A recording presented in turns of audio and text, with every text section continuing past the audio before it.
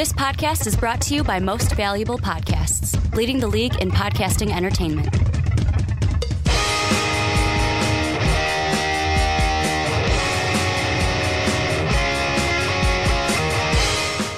What's up, Real MVPs, Ricky Widmer here, along with the Mark Weber. WMEs. And one thing, Mark, that I have to say before, obviously, this is the Onside Kick podcast, your one-stop shop for professional football. I can say that now. I'm going to say that every time. AAF, I almost said AFL. AAF and NFL here on Most Valuable Podcast, the pro football podcast for MVP. The one thing I will say is Dave got thrown off because I went into the Wayback Machine and was listening to a podcast that you, myself, and then Mike Rankin did for Patreon like 2 years ago.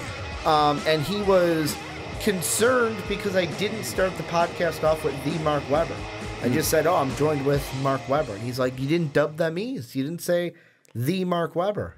Look what you've done. He was a little confused, but no, the Mark Weber is here, and we got a jam-packed show for you. It's post-combine here for the Onside Kick. It is almost a still free agency. And still pre-free agency, and this is almost a full draft podcast as we're going to look at the combine, kind of look at the risers that have helped their stock post-combine. Then we're going to take a look at two in specific. DJ Metcalf, is he now the number one overall wide receiver after the combine? And then also Kyler Murray, apparently with his measurements, helped themselves in the Cardinals' eyes, and they're thinking about taking him number one. We're going to ask the question of should the Cardinals draft Kyler Murray with the first overall pick. And then I say almost a full draft podcast because we will have Pat, one of our fellow patrons, on at the end of the podcast to talk a little bit of Bears. Pat wants to ask the question of will the Bears regress in 2019? Before we get started with our combine talk,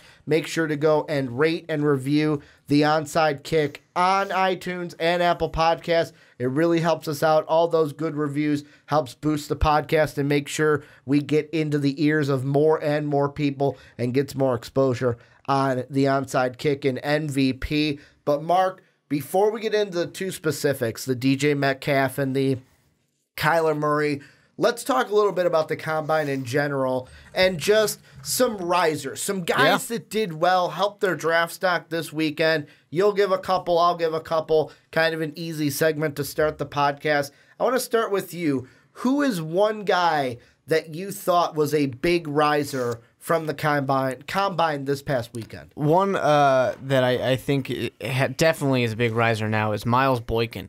It's a wide receiver out of Notre Dame. And people are talking about DK Metcalf for good reason for the most part. But the thing that I really like about Boykin is despite having a slightly lower 40, he did great on his 3-cone, great on his shuttle, great for the vertical and the broad jump. So even though he didn't do as good at that 40 time, he made up for it with everything else. And you've got a guy here who can be a great all-around wide receiver, especially for his just pure agility and athleticism with things, that's what you get out of the 3-cone drill, the shuffle, and that'll come back later up on this podcast, so remember that. But those are things that he's got, and he's definitely a guy who he's not going to just, bam, there he goes, but he's a guy who can run all his routes. He's a guy who will pick up his speed and really get going. He's a guy you can count on. Great wide receiver for the Fighting Irish, and I think he's going to quickly rise up these draft boards after this combine. Well, and the one thing that you also didn't mention that he did very well on, so he's a guy that his measurements, I'm looking at NFL.com, and they have him at 6'4", 220 pounds. He's also a guy that I believe had one of the better vertical jumps for wide receivers. He was the best vertical jump. He had 43.5, which, of course, if you have one of those big receivers, those 6'4", 6'5" kind of guys, it's good when you can just say, hey, he's a guy we can go out there, throw the ball deep, he'll jump up, he'll get it at the highest point exactly, and bring it down. Some of those young quarterbacks could really use a guy like this. And the one thing that I keep thinking is, I know this is a discussion for another day, but you've got DK Metcalf that did well. Now you got Miles Boykin that did well. How does this affect a guy like Marquise Hollywood Brown, who was absent from the combine, won't be at an Oklahoma Pro Day because of an injury that he had? The first guy that I want to mention, though, is he's a first-round guy, and he was pretty much going to be a first-round guy, but now the question becomes how high in the first round is he going to be, and that is Montez Sweat. Because there's two things that happened even before the combine. There was one thing that happened. Jeffrey Simmons, who was his defensive line mate from Mississippi State, he's injured. He will probably not be a first-round pick in the NFL draft. And with Montez Sweat, he had one of the quickest 40s. He had a really impressive 40, really balled out at the combine. He's a guy that in our last mock draft, which our next one is going to be in 2 weeks' time, he's a guy for you. You had him at 21 in the mock draft. I had him all the way up at 12. He's a guy now that if you look at both of our mock drafts, with this combine, with this performance, could maybe crack, for me, might be able to crack a top 10 in a mock draft. Yeah. And I can't speak for you. I'll let you speak for it. But he's a guy that, I would say might be cracking top 15. Am I right? I would think so. I mean, he definitely has kind of risen up the pass rusher, the edge rusher charts, especially when you have some of those other guys who, in my eyes, kind of fell off a little bit. Easy to move up and get there, especially if the draft, doesn't go the way of multiple quarterbacks being taken. Yeah, he can definitely rise up pretty quickly. Yeah, and I will say, I undersold his 40 time, as his 40 time was a combine record for defensive linemen. And even right here on ESPN, it says it puts the 6'5", 260-pounder in the Dwight Freeney, Robert Mathis class of edge rushers with elite initial burst and top-end speed. And that is something that you need off the edge of that speed. So if you have a really good 40 time, he is someone now where it's going to be interesting to see if you're in that top 10, that top 15. Hey, you know what? We need a pass rusher. Why not take a look now at Montez Sweat after that combine performance? Who's another guy that you think is going to be a big riser after the combine? Someone I like to, for a lot of people, is still being considered first round, but for other people, it's kind of a high second round. But Stefan Busch, the linebacker out of Michigan. I think he's done a lot in the combine to really push himself over the edge just because of his pure athleticism. When you're looking at what the combine does, measuring these things, great vertical, great 40, great 3-cone, great broad jump.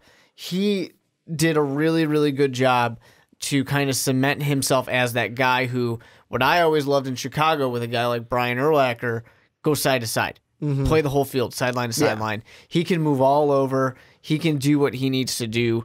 5'11", I think is a concern for a lot of people when it comes to linebackers. But he did a really good job showing that he can get it done. And maybe somebody says, I know you're 234 pounds, but maybe you lose a little bit of that weight.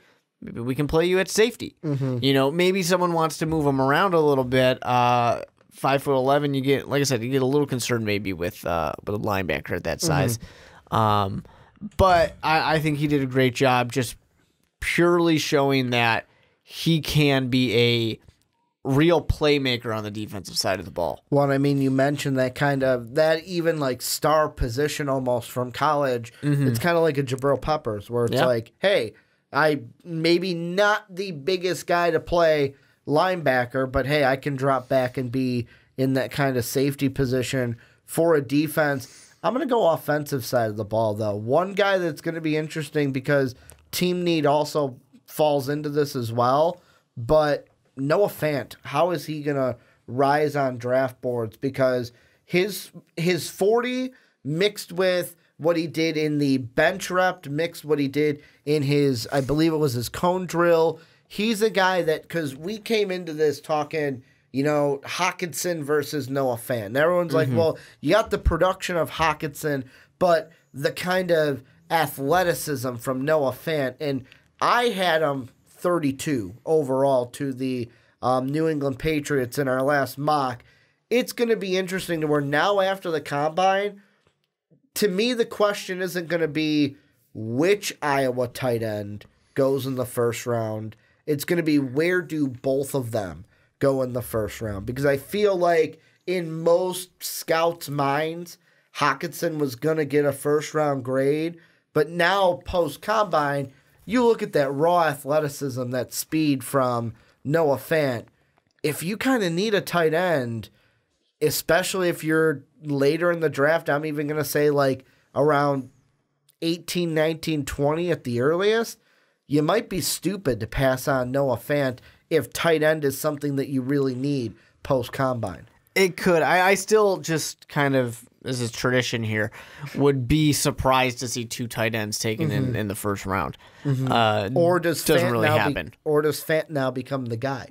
If there's one, I mean, he was my one? guy beforehand, so nothing changed for me on that. Yeah, because he had a 4.5 40, 20 reps on the bench press, and then ripped through the cone drill with a 6.8 second on that, plus a 39.5 vert. Yeah. So, I mean, I definitely think he was kind of towards the end of my draft anyways as well. Maybe he does climb himself up, but tight ends are a dangerous position to spend on the first round too high. You got to be careful with that. Who's another one for you? I'm going to go back to the wide receiver position because I really, this is a guy who I put in my first round. Mark loves those wideouts. I do. I mean, they're great players that you can really see the athleticism out of them too. And that's what you want out of the combine. You want those athletic freaks. A guy who I put into my first round, who I had not had previously, Paris Campbell. And now I feel vindicated for putting him there. Because really, I already talked about Boykin. Dude, that 40. But yeah, Paris Campbell, I mean, it's awesome. 4.31 40. Best out of the wide receivers.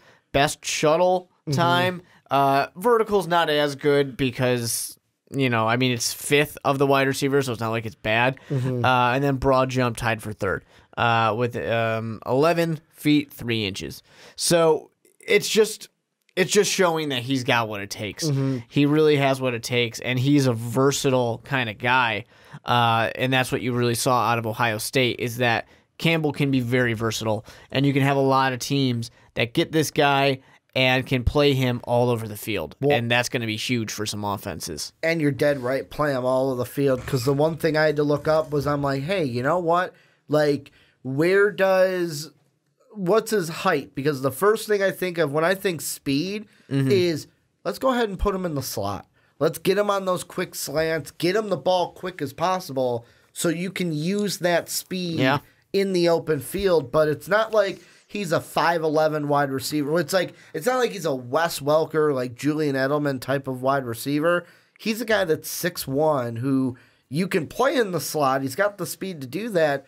But you could also say, okay, Paris, I'm going to put you on the outside, and I'm going to let you go to work. Here's the thing that I wonder, and I'm going to throw this at you. I'm going to actually, before I make this comparison, I'm going to go ahead and look at this guy's height as well, just to see where we're going. All right, he's taller than this guy, but I'll still ask it anyways. Could Paris Campbell be a better version of Tyreek Hill in the NFL? Where I don't know about better. Tyreek Hill's is already really good. And the only reason I say better is Tyreek Hill's got the speed, but he's a 5'10 wide receiver where Paris Campbell has 3 inches on him. Yeah, I mean, it's possible, but I still think just pure productivity, Tyreek Hill's pretty incredible. And part of that's the offense that he's in. Or you're sitting there like, hey, Ricky, go ahead and stop making those comparisons because you're having some big shoes to fill. The best tweet, though, that I saw was actually, I showed Dave this. It was Paris Campbell's 40. Then the next picture was the wideouts from the Chiefs. Then the next picture you swipe over, it's Patrick Mahomes. And then the last picture is just 4 verts from Madden. Like, just put them on the Chiefs and then make him go 4 love verts. I'm going to throw one out there, and I don't know if this is me. So I don't know. This is not a riser situation. I'm calling this a solidifier. So not the biggest riser from the combine. This is my biggest solidifier from the combine. Nick Bosa. He's a guy that, just It's hard to rise when you're already at number 1. And that's why I said solidifier, where we're going to get into the discussion of number 1 pick later in the podcast, but he is a guy that all you had to say was he's healthy, and I go, all right, he's the number 1 pick. He is solidified. So long as you can get that contract done. Well, exactly. If anything like his brother, he's not playing without that contract language being figured out. Them Bosas. The Mannings force you to trade from one team to another because they don't want to play for the Chargers. They want to play for the Giants. Them Bosas, they want to get that language right in their contract. They want it absolutely correct. But, Nick Bosa, a little bit smaller than his brother Joey Bosa with the measurements that he had at the combine, but it's one of those things where he showed off his quickness. Not the best 40 time, but still had a quick 40 time at 4.7 or 4.79. I think that'd be even quicker than I'd run the 40. And the biggest thing is he's healthy, and now it's just a question of will the Cardinals, and I'm going to spoil it, will the Cardinals be stupid enough to pass on him at the number 1 pick now that he's had this combine performance? Who's one more guy you'd want to throw out there if you have one? I'm going to throw, instead of a riser, I'm going to go the opposite direction because we've talked about this guy on the podcast a few times. Daniel Jones, I think, solidified the fact that he's not a first-round pick. Okay. He is not there. He arguably he might not even be worth a second-round pick. Daniel Jones went out, looked like it was a little too much to that throw. Accuracy, not incredible. Just doesn't look like a guy who's really got it. The arm strength, we already were concerned about that. To me, he just went in the combine and he looked like a below-average quarterback. He looked like a guy who you say, 7th round.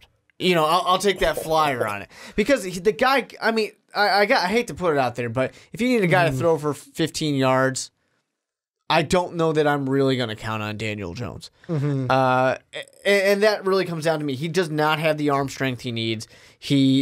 There's too much to fix in his throwing motion, and his accuracy is just not that great.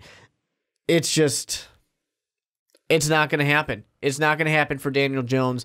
And if any team really were truly to try and take him in the 2nd, 3rd round, I think they're severely going to regret it unless they have years to work on the guy. I'm going to take that, and I will actually do the same thing to end this. I will take you and raise one.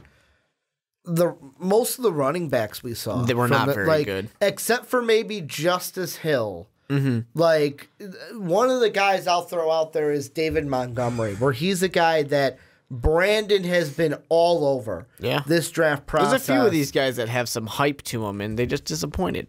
Well, and the thing that I was looking at is, so I know that the 40 time isn't everything. You can have a bad 40 time and still kind of be a good prospect, but it's guys that I was looking for, Nick Brossette, 4.72. I'm like, ugh. Myles Gaskin, he had a 4.5. That's pretty good for Haskins. Damian Harris didn't really blow me out of the water. Of course, you had, to me, the biggest one was Justice Hill with that 4.40, but it's even Elijah Holyfield, where it's okay, what can you do? Running back out of Georgia, 4.740, and then Montgomery, that 4.6. I'm like, ugh. What's going on with these running backs? Even Benny Snell, I expected him to be quicker than his 4.640. Just not a good year for running backs. Yeah, and I'm just looking, and I wonder if, because of that, we're going to see guys like Justice Hill get drafted later and or might get drafted a little bit earlier than we thought. Even a guy like Travion Williams, who 4.51, he's a quick guy out of Texas A&M. More importantly, how is this going to help guys like Bryce Love and Josh Jacobs, who didn't run? They were injured. They're recovering from injuries and didn't run. This is kind of the opposite conversation of what we're going to have next with DJ Metcalf, where, I didn't run, but it helped me because the rest of the running backs didn't blow me out of the water. Yeah, I mean, it was dangerous for Jacobs, who probably, for a lot of people, were going to say he's the number one running back. It was dangerous for him because he's sitting there going, I hope nobody looks impressive, because they look impressive. They might jump me. No one's going to jump him right now. None of the running backs were really that impressive. Well, this is where you guys come in. Let us know what you guys think down below in the comment section. Who were your I'll just say it. Who were your biggest risers? Who were your biggest fallers? Who did you like from the combine? Who did you didn't like? Let us know what you guys are thinking down below in that comment section.